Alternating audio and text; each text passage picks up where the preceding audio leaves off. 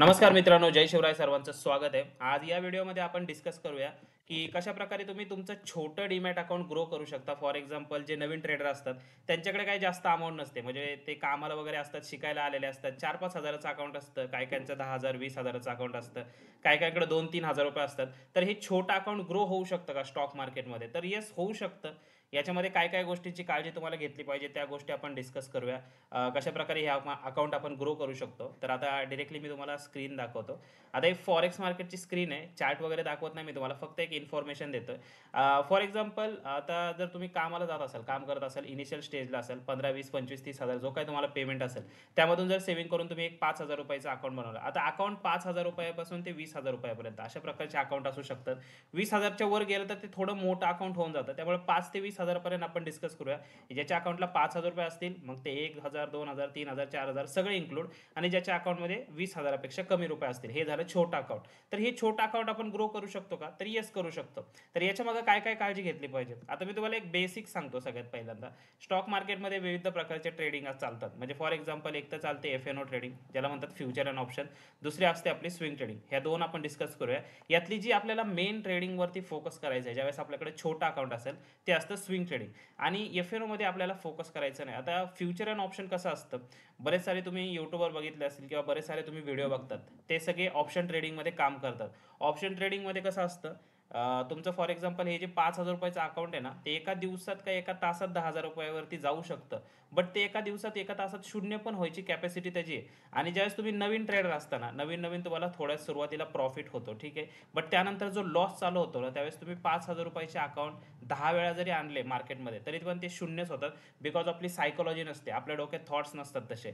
कारण आपल्याला असं वाटतं की ही स्ट्रॅटेजी वापरू, ती स्ट्रॅटेजी वापरू, चौथी पाचवी सगळे स्ट्रॅटेजी वापरतो, ऑप्शन ट्रेडिंगमध्ये लॉस होतो. कारण ऑप्शन ट्रेडिंगमध्ये एक गोष्ट लक्षात घ्या, 5,000 रुपयाचं जे कॅपिटल आहे, एका दिवसात तुम्ही 10,000 रुपये करण्यावरती भर देता, म्हणजे किती झालं, दुप्पट झालं. म्हणजे जवळजवळ 100% रिटर्न्स किती, एका दिवसात. ज्यावेळेस तुम्ही हे पैसे बँकेत ठेवता, त्यावेळेस तुम्हाला फक्त 7% रिटर्न भेटतात एका वर्षाला, ठीक आहे. आणि इथं आपण एका दिवसाला 100% रिटर्न एक्सपेक्ट करतोय. तर 100% रिटर्न जर भेटले असते मित्रांनो, तर सगळ्यांनी हेच केलं असतं, दुसरं काय करायची गरज नव्हते. त्यामुळे 5,000चे 10 तर असे काय होत नाही. 5,000चे 10 तुम्ही म्हणत असाल की चला आपल्याला 2 दिवसांनी जाऊ दे, एक नाही तर 2 दिवसांनी, हे पण अशक्य आहे मित्रांनो. त्यामुळे ऑप्शन ट्रेडिंगमध्ये कसा विषय, जर तुम्ही आत्ताचा करंटली डेटा जर काढला, तर 100 लोक ऑप्शन ट्रेडिंग करत असतील, तर त्यातले 91 लोकांना लॉस आहे. आणि जे काही 9 लोक प्रॉफिटमध्ये असतील, तर त्यांच्यामध्ये FIDIची संख्या असेल मला वाटते 5-6 जणांची, बाकीचे 2-3 रिटेल ट्रेडर असतील. त्यामुळे ऑप्शन ट्रेडिंगवरती जास्त ट्रस्ट नका ठेवू. तुम्हाला काय करायचं आहे, जर तुमच्याकडे जर छोटं कॅपिटल असेल 5,000चं किंवा 10,000 रुपयाचं, तर तुम्हाला सिम्पली यायचं आहे आणि ते स्विंग ट्रेडिंगमध्ये इन्व्हेस्ट करायला चालू करायचं आहे हळूहळू. आता स्विंग ट्रेडिंग म्हणजे कसं असतं, फॉर एक्झाम्पल एखाद्या स्टॉकमध्ये आपण इन्व्हेस्ट करणं, ठीक आहे. एक फॉर एक्झाम्पल ए नावाचा एक स्टॉक आहे, ठीक आहे. याची किंमत आता चालू आहे 100 रुपये. याच्यामध्ये आपण इन्व्हेस्ट केले, ज्यावेळेस त्या स्टॉकची किंमत 110 रुपये होईल, तर तो ए नावाचा स्टॉक जो आहे आपण विकून टाकायचा, सेल करायचा. इथं बाय करायचा, इथं सेल करायचा. आता तुम्हाला वाटेल अरे यार, ही किती बालिश आहे की नाही, एक स्टॉक घ्यायचा, मग तो विकायचा, किती दिवस लागतील, काय लागतील. बट ॲक्च्युअलमध्ये हेच स्टॉक मार्केट आहे. स्टॉक मार्केट म्हणजे असं नाही आहे की एका दिवसात पैसे डबल, म्हणून तुम्हाला जास्त न्यूज येतात की हा पैसे घेऊन पळाला, तो पैसे घेऊन पळाला. याच्या मागे रिझनच हे आहे, स्टॉक मार्केट म्हणजे हळूहळू पैशाची ग्रोथ करणं, ना की एका दिवसात पैसे डबल करणं. आता मी तुम्हाला एक फॉर एक्झाम्पल मी तुम्हाला एक चार्ट दाखवतो की का तुम्हाला ऑप्शन ट्रेडिंगपेक्षा स्विंग ट्रेडिंग बेटर असते. फॉर एक्झाम्पल आता ही ऑप्शन ट्रेडिंग आहे आणि या साईडला आपण घेऊया स्विंग ट्रेडिंग, ठीक आहे. तर ऑप्शन ट्रेडिंगमध्ये पहिली जर जी गोष्ट असते ती म्हणजे स्पीड.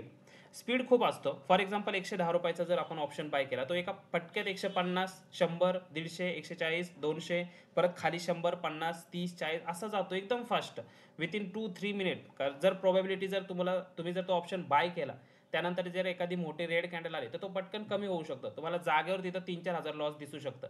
बट स्विंग ट्रेडिंगमध्ये तसं नसतं. फॉर एक्झाम्पल ए नावाचा स्टॉक तुम्ही घेतला 100 रुपयाला, ज्यावेळेस तो 110 रुपयाला जाईल, हळूहळू जातो. एका दिवसात स्टॉक कधी वाढत नाही जास्त ऑप्शनसारखा. त्यामुळे तुम्हाला ते असतं की इथं स्पीड जो असतो ना, तो एकदम कमी असतो. त्यामुळे तुमची जी भीती असते, फिअर जे असतं तुमचं, ते एकदम कमी असतं. दुसरी गोष्ट म्हणजे डिसिप्लिन. म्हणजे ऑप्शन ट्रेडिंगमध्ये तुम्हाला डिसिप्लिन नाही राहत. म्हणजे एका दिवसात तुम्ही 3-4-5 किती पण ट्रेड घेता, आणि जे तुमचं 5,000चं कॅपिटल आहे ना, तुम्ही 10 वेळा जरी आणलं तरी ते शून्य होऊ शकतं. त्यामुळे इथं डिसिप्लिन अजिबात तुम्हाला भेटत नाही. त्याच बदल्यात स्विंग ट्रेडिंगमध्ये तुम्हाला डिसिप्लिन भेटतं. फॉर एक्झाम्पल तुम्ही जर ए कंपनीचा स्टॉक बाय केला, एका दिवसात तर तो का जात नाही. त्यामुळे एका दिवसात काय 4-5 ट्रेड होतील का? नाही होत. तो घेतो 4-5 दिवस, ज्यात त्या प्राईसपर्यंत जायला. त्यामुळे तुम्हाला ती एक गोष्ट कळते की ऑप्शन स्विंग आपलं ऑप्शनपेक्षा स्विंगमध्ये आपल्याला डिसिप्लिन शिकायला भेटतं.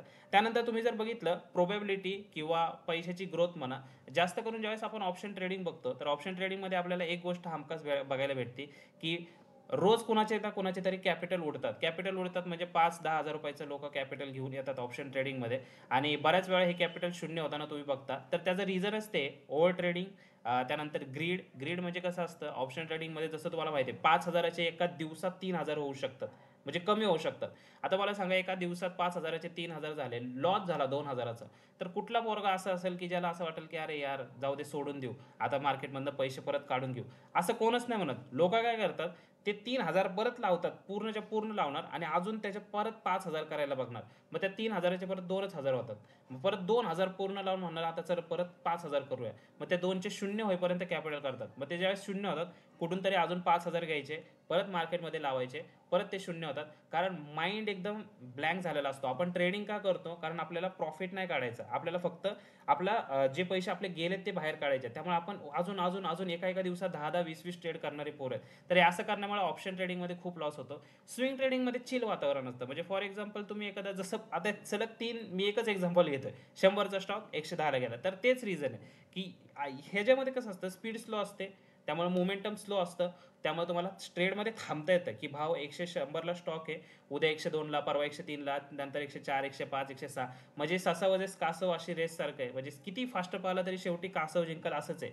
कारण स्विंग ट्रेडिंगमध्ये हळूहळू क्रॉल करत करत करत करत करत करत ज्यावेळेस तो तुमचा स्टॉक 100चा 110ला जातो त्यावेळेस तुम्हाला डेफिनेट अमाऊंटमध्ये प्रॉफिट तुम्हाला बघता येतो. आणि हे जे वाद आहे म्हणजे option trading versus swing trading, याच्यामध्ये जर तुम्ही बघितलं जे मोठे मोठे लोक आहेत, म्हणजे जर तुम्ही बघितलं, आता तुम्हाला माहित असेल कोण कोण इंडियामध्ये मोठे मोठे ट्रेडर, सगळ्यांनी तुम्ही जर बघितलं तर स्विंगमधून त्यांचं कॅपिटल बनवलंय, लॉंग टर्ममधून बनवलंय, इन्व्हेस्टमेंटमधून बनवलंय.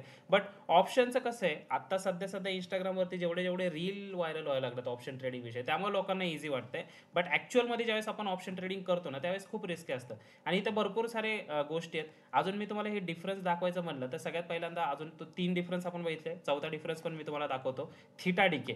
म्हणजे फॉर एक्झाम्पल 100 रुपयाचा जर आपण ऑप्शन बाय केला, जर मार्केट तिथंच राहिलं ना तर तो 100चा ऑप्शन ऑटोमॅटिक शून्य होऊन जातो एका आठवड्यानंतर, आणि एका दिवसात पण तो 100चा परत 90ला 80ला असं येत जातो. बट स्विंग ट्रेडिंगमध्ये तसं नाही. फॉर एक्झाम्पल XYZ नावाची कंपनीचा स्टॉक जर तुम्ही घेतला 50 रुपयाला, मार्केट तिथंच जरी राहिला आयुष्यभर तरी तो 50ची किंमत 50च राहते, त्याची काही शून्य होत नाही. त्यामुळे हे सगळ्यात मोठा फायदा आहे ऑप्शन ट्रेडिंगपेक्षा स्विंग ट्रेडरला. कारण स्टॉकची किंवा ह्याची व्हॅल्यू कमी होत नाही, पण ऑप्शनची व्हॅल्यू जी आहे कमी होते. बट तरी पण हे लोकांना माहीत असून लोक तिथे जातात. त्यानंतर पाचवा डिफरन्स आपण अजून एक बघूया, ते म्हणजे लिक्विडिटी. आता लिक्विडिटी म्हणजे कसं असतं, फॉर एक्झाम्पल एखादा ब्रेकआउट येणार आहे एका लेवलला, समजा 100ची लेवल आहे, 100च्या लेवलला ब्रेकआउट आल्यानंतर आपल्याला ट्रेड घ्यायचा आहे. दोन्ही साईडचं बघू.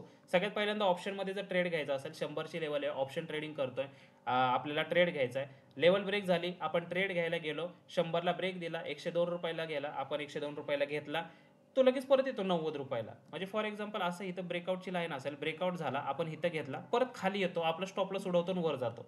तर हे ऑप्शन ट्रेडिंगमध्ये होतं. मग लोक काय करतात, परत हे खाली गेलं की खालच्या साईडला ट्रेड घेतात, ते खालच्या साईडला परत वर जातं, वर गेला वरच्या साईडला ट्रेड गेला परत खाली. म्हणजे लिक्विडिटी खूप होतं. जे जे आपले FIDs असतात ना ते लोकांना ट्रॅप करतात, खाली वर त्या दोघीकडे त्यांचा स्टॉपला सोडवतात. तसं आपल्याला स्विंग ट्रेडिंगमध्ये नाही बघायला भेटत. स्विंग ट्रेडिंगमध्ये एकदा आपण एंट्री घेतली, आपलं स्पेसिफिक टार्गेट असतं 110 रुपयाचं, स्टॉप लॉस असतो आपला फॉर एक्झाम्पल 95 रुपयाचा, 92 रुपयाचा, तो आपण फॉलो करतो. एका दिवसात एवढी मॅसिव्ह मुवमेंट होत नाही, त्यामुळे ओव्हर ट्रेडिंगचा प्रश्नच निर्माण होत नाही स्विंग ट्रेडिंगमध्ये. आणि ओव्हरऑल तुमचं जर कॅपिटल आहे ना, आता हे जे मी 6-7 पॉईंट, मी अजून भरपूर बोलू शकतो स्विंग आणि ऑप्शन ट्रेडिंगबद्दल, पण मला असं वाटतं की तुम्ही तुमचं कॅपिटल ग्रो करावं. का स्विंग ट्रेडिंग बेटर आहे मी तुम्हाला हे सांगतोय. बाकी तुमची इच्छा, तुम्हाला काय करायचं असेल, जे काय तुम्ही 5,000 रुपये घेऊन याल ते जर तुम्ही ऑप्शन ट्रेडिंगमध्ये लावले तर तुम्हाला तसले 5,000 10 ते 20 वेळा आणावे लागतील, तेव्हा तुम्ही थोडंफार शिकाल. जर तुम्ही ऑप्शन ट्रेडिंगपेक्षा ते 5,000 जर तुम्ही स्विंग ट्रेडिंगमध्ये लावले तर ते 5,000 तुम्हाला जपून राहतील आणि त्याच्यावरती तुम्हाला थोडे थोडे थोडे थोडे 100-200 का होईना पैसे भेटत राहतील जर तुम्ही न्यू असाल तर. तर अशा प्रकारे स्विंग ट्रेडिंग चालते. आता मी तुम्हाला एक चार्ट दाखवतो, एका म्हणजे जो नवीन ट्रेडर असतो त्याचा चार्ट कसा असतो. आता तुम्हाला इथं दिसत असेल स्क्रीनवर, आय थिंक दिसत असेल, एक मिनटं, ठीक आहे. तर सगळ्यात पहिल्यांदा बघा, ज्यावेळेस आपण ट्रेडिंग स्टार्ट करतो त्यावेळेस आपलं डोकं एकदम ब्लँक असतं, काहीच डोक्यात स्ट्रॅटेजी नसते, काय नसते. त्यामुळे इथं तुम्ही बघू शकता, ज्यावेळेस बघा हा चार्ट आहे, इथं काय ट्रेडर जर्नी स्टार्ट करतो, वर जाणं म्हणजे प्रॉफिटेबल, खाली जाणं म्हणजे लॉस आणि त्यानंतर ही रिकव्हरी. आता हे कसं होतं सांगतो. जर्नी स्टार्ट केली ट्रेडिंगची. सुरुवातीला हा बघा हे वरती गेलं म्हणजे आपल्याला प्रॉफिट झाला. का प्रॉफिट झाला याच्या मागचं रिझन मी तुम्हाला सांगतो. कारण आपण जनरली काय करतो, डोकं एकदम ब्लँक असतं. आपल्याला फक्त माहिती आहे की इथं वर गेल्यानंतर कॉल बाय करायचा, खाली गेल्यानंतर पुट बाय करायचा. कोणीतरी एखादी शिकवलेली 9 EMAची कुठलीतरी स्ट्रॅटेजी असते डोक्यात. मग आपण ते बरोबर तसं बाय करतो, सेल करतो. डोक्यात ब्लँक असतं, काय सगळं चाललं, व्यवस्थित चाललं, प्रॉफिट झाला. बट त्यानंतर काय होतं, ज्यावेळेस आपल्याला प्रॉफिट होतं ना सलग 2-3 दिवस आणि एखादा दिवस लॉस होतो. 4 दिवस प्रॉफिट, 1 दिवस लॉस किंवा 4 दिवस प्रॉफिट, 2 दिवस लॉस, ठीक आहे ना. 6 दिवसातले 4 दिवस प्रॉफिट, 2 दिवस लॉस. बट आपल्याला ते सहन नाही होत. सगळे दिवस प्रॉफिटमध्ये पाहिजेत आपल्याला. त्यामुळे आपण काय करतो, ते जे 2 दिवस लॉस का झालेत हे शोधण्यासाठी स्ट्रॅटेजी बदलत राहतो. जसं-जसं ते आपण बदलत राहतो ना, तसं-तसं बघा ही फेज चालू होते लाईफमध्ये. लाईफमध्ये म्हणजे ट्रेडिंग जर्नीमध्ये जिथं आपल्याला लॉस होतो. म्हणजे काय होतं, एखादी स्ट्रॅटेजी आहे जिने आपल्याला 4 दिवस प्रॉफिट दिलाय, 2 दिवस लॉस आणि ती स्ट्रॅटेजी आपण बदलतो. का? कारण आपल्याला 2 दिवस लॉस झालाय. आपल्याला कळलं पाहिजे की 2 दिवस लॉस ठीक आहे भाऊ, म्हणजे ॲक्सेप्ट करू शकतो. बट नाही, दुसरी स्ट्रॅटेजी वापरतो. ती 1 दिवस प्रॉफिट देते. तिने पण सलग लॉस द्यायला चालू करते. परत तिसरी स्ट्रॅटेजी, चौथी स्ट्रॅटेजी, पाचवी स्ट्रॅटेजी. एक गोष्ट आपल्याला कळत नाही की आपण कन्सिस्टन्सी ठेवली पाहिजे होती, की प्रत्येक वेळेस स्ट्रॅटेजी बदलण्यापेक्षा ती स्ट्रॅटेजी ठेवून कंटिन्यू ट्रेड केलं पाहिजे. मग त्यानंतर हा लॉसचा झोन. लॉसच्या झोन नंतर हिथं आपल्याला समजते की ती स्ट्रॅटेजी कंटिन्यू ठेवली पाहिजे आपण. मग नंतर काय होतं, एक असा वेळ येतो 7-8 महिन्यानंतर जिथं आपल्याला कळतं अरे एकच स्ट्रॅटेजी वापरायची. मग ती जर एक स्ट्रॅटेजी ज्यावेळेस आपण वापरतो ना, त्यावेळेस पण असा फेज येतो जिथं प्रॉफिट पण नाही होत, लॉस पण नाही होत, पण आपलं ब्रोकरेज जातं फक्त. हे बघा हा फेज येते. म्हणजे आज प्रॉफिट झाला ₹1000, उद्या लॉस झाला ₹1000, परवा प्रॉफिट झाला ₹2000, त्यानंतर लॉस झाला परत ₹1000. म्हणजे प्रॉफिट लॉस इक्वल होतात. मग इथं काय प्रॉब्लेम येतो माहिती आहे का, फक्त रिस्क मॅनेजमेंट. म्हणजे आपल्याकडून रिस्क मॅनेज होत नाही. म्हणजे प्रॉफिट जर आपण ₹1000 घेतला ना, तर लॉस आपण 500चाच घेतला पाहिजे ना. लॉस ₹1000 का घेऊ आपण? तर हे मॅनेज नाही होत, त्यामुळे इथं होतं. बाकी सगळं स्ट्रॅटेजीवरती परफेक्ट आलेला असतो आपण. इथं तर स्ट्रॅटेजी गणलेली असते, इथं स्ट्रॅटेजी एकदम परफेक्ट येते. फक्त प्रॉफिट लॉसचा विषय असतो. बट त्यानंतर ज्यावेळेस आपल्याला रिस्क मॅनेजमेंट पण कळतं, की आपल्याला 500 लॉस घ्यायचा असेल, 1000 प्रॉफिट घ्यावा लागेल किंवा 2000 प्रॉफिट घ्यायचा असेल, 1000च लॉस घ्यावा लागेल. त्यानंतर बघा एक फेज चालू होते वर्किंगची, गेनिंगची आणि ब्रेक इव्हनची. तर ही जी फेज आहे ना, याच्या आधी एक फेज आहे बघा, क्विट ऑर कंटिन्यू. तर सगळे ट्रेडर हिथं क्विट करतात. म्हणजे जो ट्रेडर स्टार्ट करतो त्याची जर्नी प्रॉफिटनी, त्यानंतर स्ट्रॅटेजी बदलल्यामुळे लॉसमध्ये येतं. मग स्ट्रॅटेजी कंटिन्यू ठेवली तरी लॉस होतो त्याला. त्यावेळेस त्याचं रिस्क रिवॉर्ड मेंटेन नसतं. पण तिथं काय होतं, तो म्हणतो अरे सगळं करून बघितलं तर क्विट करतो तो. पण तुम्हाला एक गोष्ट सांगतो, हिथूनच तुम्हाला कंटिन्यू जर तुम्ही केलं असतं ना, तर तुम्ही आता सक्सेसफुल ट्रेडर असता. हीच पॉईंट असतो, की तुम्ही स्ट्रॅटेजीवर बरोबर आला आता. रिस्क मॅनेजमेंट फक्त तुम्हाला सुधारायचं आहे. ते पण सुधरत आलंय. फक्त तुम्हाला अजून थोडे दिवस मेहनत करायची. मग त्यानंतर तुम्ही बघू शकता क्विट ऑर कंटिन्यू. इथं जे क्विट करतात ना, ते निघून जातात. जे कंटिन्यू करतात, ते परत मग हळू हा ग्राफ बघा वरती चालला आणि त्यानंतर सक्सेसकडे तुम्ही जाऊ शकता. तर ही अशी जर्नी प्रत्येक ट्रेडरची असते. इव्हन माझ्यासकट सगळ्यांची. तुम्ही प्रत्येक ट्रेडर कुठला पण उचला. Instagramचा उचलू नका. बाकी कुठला रिअल लाईफमधला जो ट्रेडर तुम्हाला भेटला, तर त्याला विचारा तुमची जर्नी कशी होती. स्टार्टिंगला प्रॉफिटच होतो, मधल्या फेजमध्ये खूप लॉस होतो, त्यानंतर ब्रेक इव्हन येतं आणि त्यानंतर मग वर्किंग चालू होतं. तर ही एक अशी जर्नी असते. त्यामुळे मला तुम्हाला एकच सांगायचं की ह्या जर्नीमध्ये तुम्ही ऑप्शन ट्रेडिंग जर केली, तर ऑप्शन ट्रेडिंगमध्ये केल्यानंतर ही जर्नी तुम्हाला अजून लय दिवस पार पाडावं लागेल. खूप दिवस तुम्हाला त्या ह्याच्यातच राहावं लागेल. त्यापेक्षा स्विंग ट्रेडिंग करा. ही जर्नी लवकर पास होऊ द्या. लवकर तुम्हाला स्ट्रॅटेजी समजू द्या, रिस्क रिवॉर्ड समजू द्या, कसं मॅनेज करायचं ते समजू द्या. त्यानंतर तुम्ही एक प्रॉफिटेबल ट्रेडर होऊ शकता. तर भेटूया आपण पुढच्या व्हिडिओमध्ये. तोपर्यंत धन्यवाद. तुमचा दिवस शुभ असो.